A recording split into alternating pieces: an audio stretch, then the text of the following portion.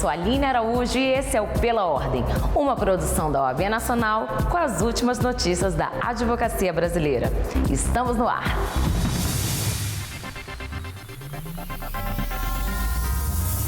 No programa de hoje, vamos ver como estão os preparativos para as comemorações dos 95 anos da OAB. A posse do advogado José Roberto Castro Neves na Academia Brasileira de Letras.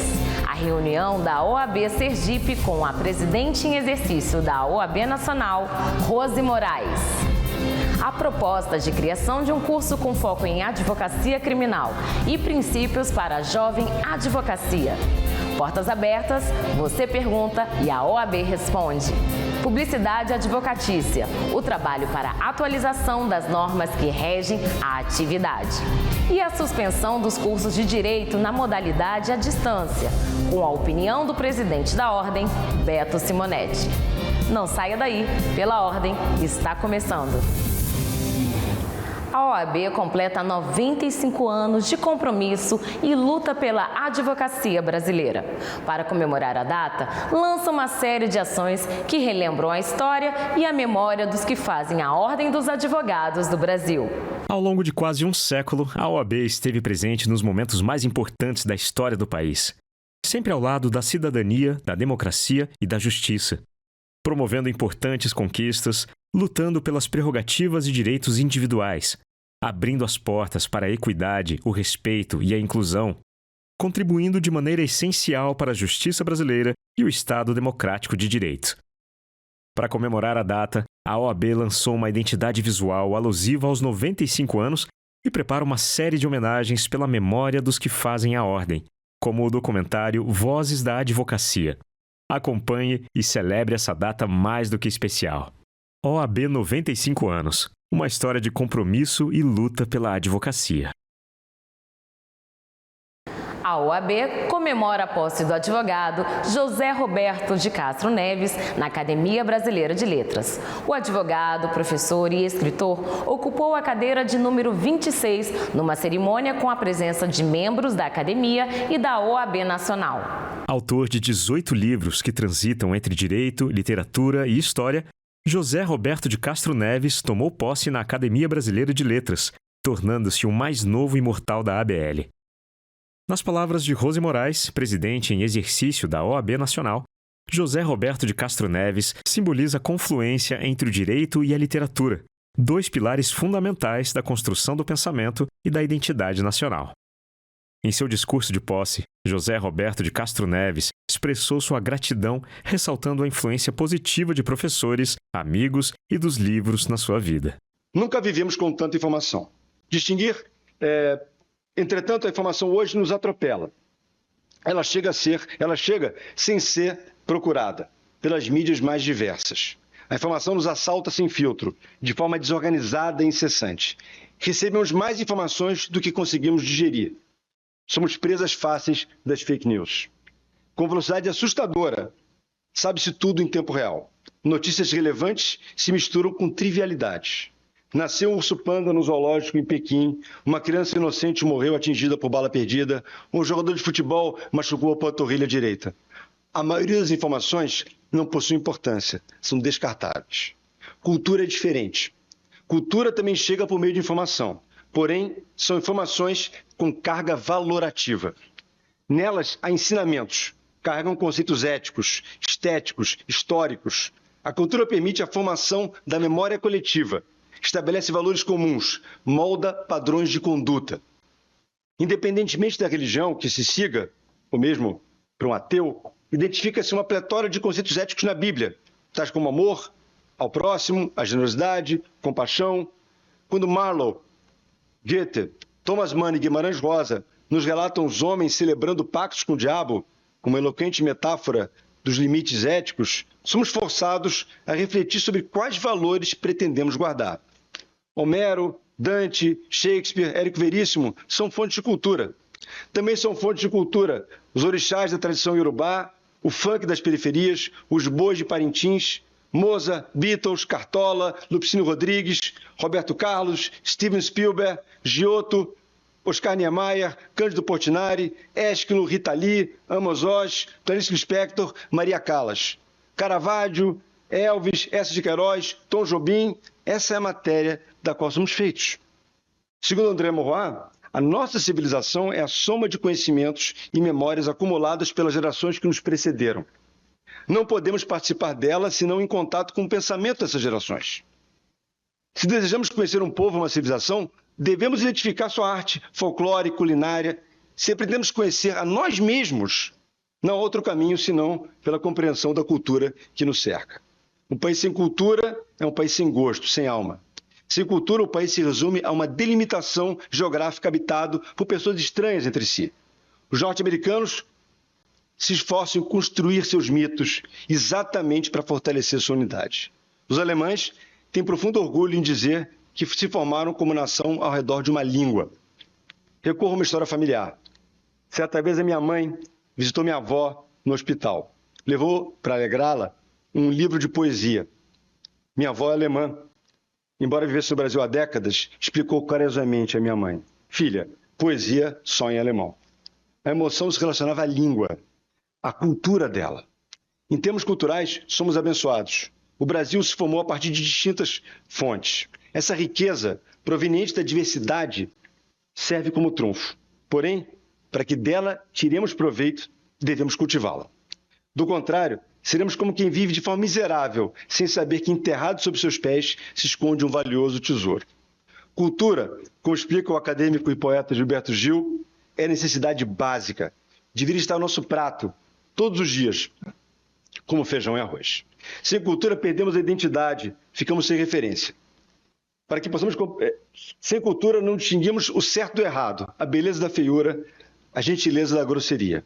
Quem leu Huckleberry Finn, de Mark Twain, ou Pai contra a Mãe, de Machado de Assis, saberá apontar o mal, o errado, o desumano, desenvolverá empatia, perceberá o atraso contido em qualquer forma de preconceito. Quem leu Gonçalves Dias, respeitará os mais velhos. Quem leu Salinger, respeitará os mais novos. Quem leu Kafka e se impressionou com Guernica, de Picasso, temerá o autoritarismo. Quem leu Raimundo Faoro, perceberá o mal advindo da corrupção. Quem riu com a Rainha de Copas, de Lewis Carroll, perceberá como os tiranos são ridículos. Quem assistiu às Divinas Fernandas, e ainda estou aqui, compreenderá a força invencível de uma mulher para proteger sua família. Quem ouviu Gil, Caetano, Gal, Bethânia, saberá que atrás do trio elétrico só não vai quem já morreu. A revolução tecnológica a que assistimos, sem compreender perfeitamente seus efeitos, pois estamos no olho do furacão, oferece um excesso de informação. Porém, sem o filtro da inteligência crítica, acaba privilegiando mensagens rasas que não desafiam maiores reflexões. Temos que nos educar, a fim de distinguir de um lado a mera informação e de outro a cultura. Quem ensina a promover essa distinção é a própria cultura. Um ciclo virtuoso, apenas com elementos fornecidos pela cultura, encontra-se o que verdadeiramente interessa. Sem massa crítica, não se separa o joio do trigo. Entre as formas de assimilar a cultura, sobressaem os livros. Assim, hoje, a leitura se torna uma atividade ainda mais essencial. Serve de guia, um mapa. Aí está o antídoto contra a overdose de informações inúteis. Eis o que está fora da ordem, que acaba por contaminar tudo, esgarçando conceitos éticos e fragilizando o senso de comunidade. As pessoas pouco leem. O número de leitores no Brasil assusta. A recente pesquisa Retratos de Leitores no Brasil identificou que atualmente há no país mais não leitores do que leitores. Pior, eles diminuem. O Brasil perdeu leitores em comparação a 2019. Segundo se apurou, 73% dos brasileiros não completam a leitura de nenhum livro, não completaram a leitura de nenhum livro no último ano. 7 milhões de pessoas deixaram de ler, informou a pesquisa. Estamos fora do eixo. Sem leitura, não desfrutamos do tesouro debaixo dos nossos pés. Ficamos sem estofo e capacidade para criticar, de forma construtiva, quem exerce o poder. Perdemos a sensibilidade para nos horrorizar com tanta injustiça social. Sem leitura, não temos capacidade de perceber o relevante. A única solução, se dá pelo estímulo à educação. Por meio da educação, oferecida em grande parte pelos livros, o ser humano se desenvolve e, assim, carrega a humanidade adiante num rumo civilizatório. Afinal, os livros nos libertam da certeza, da arrogância da certeza. Garantem dignidade, porque se relacionam à formação do ser. Conhecimento é patrimônio que não se perde. Fiz questão de mencionar nesta noite os colégios por onde passei, das instituições de ensino por onde meus pais passaram. Isso é minha história, é a história de cada um de nós, uma história forjada pela educação. Somos educação que recebemos, os livros que lemos, as obras de arte que apreciamos, a música que ouvimos, somos aquilo que nos emociona, somos a cultura que reverenciamos. Eis a principal missão diante da realidade do cidadão brasileiro. Atentar para a educação, fomentar o hábito de ler e assim fortalecer a nossa cultura. O caminho para uma sociedade justa passa pela capacitação, a dignidade que se ganha com o saber em adquirir ferramentas para questionar e assim exercer a democracia plena com liberdade informada. Por isso falo de responsabilidade. Responsabilidade que sentiu São Bento ao trazer ordem para o seu mundo desfigurado, a responsabilidade que sentiu Hamlet ao enfrentar o tio usurpador, a responsabilidade assumida pelos fundadores desta Academia Brasileira de Letras e dos seus integrantes desde então, a responsabilidade de qualquer brasileiro de construir um ambiente profícuo para que as pessoas neste país possam se desenvolver intelectualmente. Essa é a missão minha e de todos nós. Essa responsabilidade por velar pela educação, por garantir o acesso à cultura, é o meu tema esta noite. Sozinho, minha força é limitada. Juntos, podemos mudar o mundo. Queria pedir a todos que vieram aqui, que tiveram acesso a estas palavras, que se sintam responsáveis. Embora esta seja uma ocasião de profunda alegria, é hora também de reconhecer o muito que há por fazer. E cabe a nós, a todos nós, essa responsabilidade. Sem perder a ternura, sem fraquejar, com os pés no chão do presente e os olhos mirando o futuro, acertando e errando, mas buscando fazer. Porque aprender-se a viver é o que é o viver. Ordem e progresso, ora et labora, ad immortalitate. Obrigação, tradição, responsabilidade. E como São Paulo ensinou na Carta aos Coríntios, de todas elas, o mais importante é o amor. Boa noite a todos que aqui vieram, ou melhor, 1000 vezes boa noite. Obrigado. O presidente da OAB Sergipe, Daniel Costa, e o membro honorário vitalício da Ordem, Carlos Augusto Monteiro, fizeram uma visita à presidente em exercício da OAB, Rose Moraes. Na pauta, o fortalecimento institucional e temas de relevância para a advocacia sergipana e brasileira.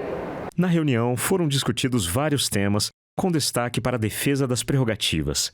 A OAB Sergipe levou ao conhecimento do Conselho Federal os recentes casos de violações no Estado, reforçando a necessidade de uma atuação conjunta.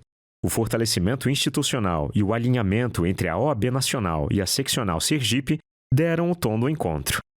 Hoje eu tive a honra de me reunir com a doutora Rose Moraes, que assume interinamente o cargo de presidente do Conselho Federal na ausência do nosso querido presidente Beto Simonetti.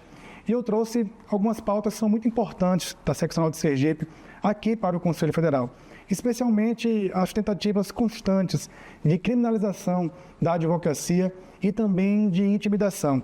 As nossas prerrogativas têm sido defendidas de forma muito firme pelo Conselho Federal, seja junto ao Supremo Tribunal Federal e junto a todas as autoridades do país. Portanto, o Conselho Federal e a Seccional de Sergipe estão alinhadas em defesa das prerrogativas da advocacia. Inicialmente uma visita de cortesia para expressar a nossa satisfação em ter uma sergipana à frente do Conselho Federal, Rose, que foi secretária-geral adjunta na época da minha presidência, na época em que foi presidente da OAB de Sergipe, e realizou um excelente trabalho com sua iniciativa, com sua força de trabalho e com sua inteligência. Portanto, a nossa vinda aqui representa não só a satisfação da advocacia sergipana em ter Rose Moraes à presidência de forma interina, mais a presidência do Conselho Federal, mas também tratar os assuntos da advocacia sergipana, que muito necessita dos olhares mais prestigiosos do Conselho Federal. Hoje nós tivemos a alegria de receber aqui na sede do Conselho Federal da OAB o presidente da OAB Sergipe, a minha seccional, Daniel Alves Costa, e o ex-presidente da OAB Sergipe, Carlos Augusto Monteiro Nascimento, que hoje preside a Comissão de Sociedade de Advogados. Então, durante todo o dia, nós discutimos os avanços para a advocacia do Estado de Sergipe, discutimos questões relacionadas às prerrogativas da advocacia, discutimos questões relacionadas também ao Comitê de Combate ao Assédio que nós temos lá na nossa seccional, e também pautamos questões relacionadas às próximas conferências que existirão nos próximos dias e aos eventos que também estão sendo conduzidos na nossa seccional. Foi uma alegria e um enorme prazer receber aqui esses dois presidentes que constroem e que construíram tanto pela OAB e pela advocacia do nosso Estado. Pela ordem, volta em instantes. Não saia daí. A criação de um curso com foco em advocacia criminal e princípios fundamentais para a jovem advocacia foi tema de uma reunião da ESA Nacional, Escola Superior de Advocacia Nacional, com o Instituto Brasileiro de Ciências Criminais, o IBCCRIM. O curso visa capacitar a jovem advocacia com os conhecimentos teóricos e práticos necessários para atuar com sucesso na área criminal, abordando tanto os aspectos jurídicos quanto os princípios éticos e deontológicos da profissão. A parceria entre a ESA Nacional e o IBCCRIM demonstra compromisso com a formação de qualidade na advocacia criminal, através de uma abordagem abrangente e especializada para a jovem advocacia. Participamos hoje dessa reunião aqui com o nosso presidente GD1 para a construção de uma parceria que eu tenho certeza que será exitosa com o IBCCRIM, para que a gente possa cada vez mais levar a formação continuada da advocacia para todos os cantos do país. Então é importantíssimo e imprescindível que a gente possa conjugar todas as associações que trabalham também com o ensino jurídico para que possamos levar cada vez mais conhecimento para a advocacia. A Escola Superior da Advocacia Nacional, com a missão de integrar, tanto institucionalmente como administrativamente, e as instituições, todas as estruturas do Sistema Nacional da Ordem dos Advogados do Brasil, Conselho Federal, esteve em reunião com o IBCCRIM, uma reunião conduzida pela presidente Rose Moraes, presidente interina do Conselho Federal, também ladeado pelo presidente da Comissão Nacional de Direitos Humanos, presidente Silva, e representante do Colégio de Presidentes e Seccionais, presidente de Sergipe, da OAB de Sergipe, presidente Daniel. Juntos com o IBCCRIM, estamos construindo um projeto de integração nacional, de qualificação da jovem advocacia brasileira, também voltando aos olhos aos valores e princípios que a Ordem dos Advogados cultua. Dentre eles, o apoio ao aprimoramento do sistema prisional através do Plano Nacional Pena Justa. A Ordem dos Advogados do Brasil, assim, cumpre a sua missão de integração e de qualificação da advocacia brasileira de canto a canto de todo o país. Bom, essa foi uma reunião que eu reputo histórica. Primeiro porque a reunião foi presidida pela nossa presidenta interina, a doutora Rose Moraes, nossa secretária-geral. Segundo que é uma reunião entre a OAB Nacional, a ESA Nacional com o presidente Gideon e com o IBCCRIM, né, com o presidente Antônio Pedro. E nós tivemos também a participação do querido presidente Daniel, da OAB Sergipe. E é com o objetivo de duas coisas. Primeiro, fazer essa maior aproximação, interação, interlocução entre o IBCCRIM, a OAB e a ESA. E segundo, em pensar propostas de curso, de formação, de capacitação para a advocacia criminal. Eu não sei se muitas pessoas sabem, mas eu também sou conselheira consultiva do IBCCRIM, sou membro do IBCCRIM já há bastante tempo, e aí essa proposta surgiu, né, nós começamos a pensar nisso no ano passado, no âmbito do IBCCRIM, e surgiu agora a oportunidade de fazer essa construção. Então, não só a jovem advocacia, mas como a advocacia criminal brasileira e principalmente Norte e Nordeste, aguardem, vocês terão aí grandes surpresas de formação e de capacitação promovida pela ESA Nacional, a OAB Nacional e o IBCCRIM. O quadro Portas Abertas é o seu canal direto com a Ordem dos Advogados. Momento de tirar dúvidas e saber mais sobre essa atividade tão fascinante. Participe mandando a sua pergunta para o número que aparece na tela ou deixando na caixinha do Instagram. As portas estão sempre abertas.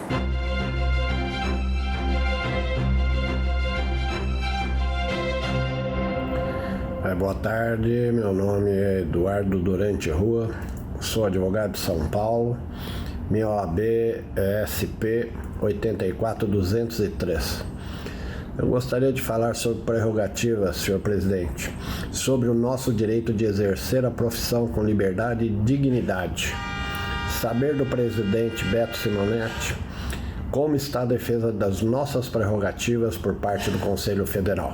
Obrigado. Vou responder aqui ao Eduardo, doutor Eduardo, colega de São Paulo, dizer que não há no sistema OAB um assunto que seja mais caro do que efetivamente a defesa intransigente das nossas prerrogativas. É um exercício diário de defesa de prerrogativas. Temos uma rede de defesa em todo o Brasil que funciona numa malha a partir do Conselho Federal e passa pelas 27 seccionais e por suas subseções. O Conselho Federal tem agido de forma discreta na defesa das prerrogativas, mas muito combativa, muito presente no Supremo Tribunal Federal, no Superior Tribunal de Justiça, no Conselho Nacional de Justiça e também em consórcio com as seccionais em cada tribunal ou ambiente jurídico onde sejamos chamados para combater as violações das prerrogativas. Portanto, não há tema mais urgente, mais necessário e um tema com mais atenção do que a defesa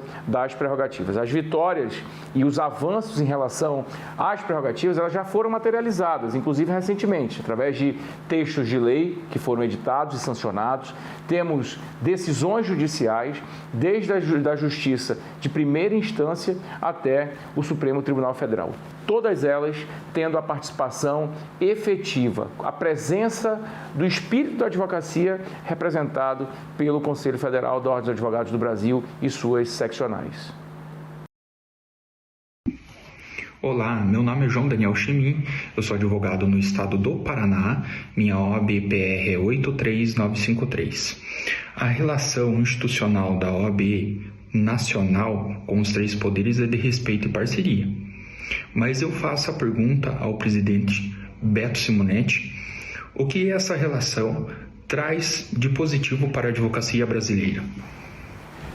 João Daniel, a Ordem tem trabalhado, sim, para buscar um excelente relacionamento e cada vez melhor com os três poderes, porque é só através do diálogo, e o diálogo tem nos governado desde o início do nosso trabalho na gestão do Conselho Federal da OAB.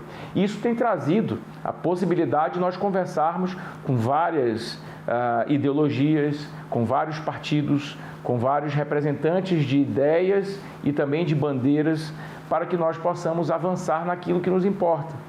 As prerrogativas, por exemplo, foi através do diálogo que nós conseguimos unir o Congresso Nacional.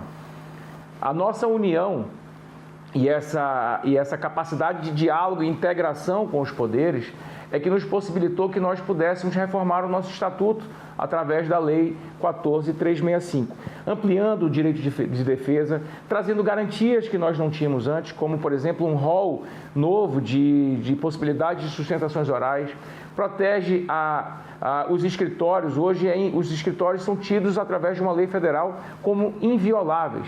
O sigilo entre as conversas de advogados e clientes, por exemplo, também foram trazidos nessa nova lei. E tudo isso, além de tantas outras garantias, só foi possível através desse diálogo que nós temos mantido, dessa boa relação que nós temos perseguido durante todo esse tempo. E só isso, e só através dessa boa relação estabelecida entre a OAB, o Ministério Público, o Congresso Nacional, o Executivo e o Judiciário, é que nós temos conseguido garantir a manutenção de direitos e avançar na conquista de novos direitos para a advocacia e também para a cidadania.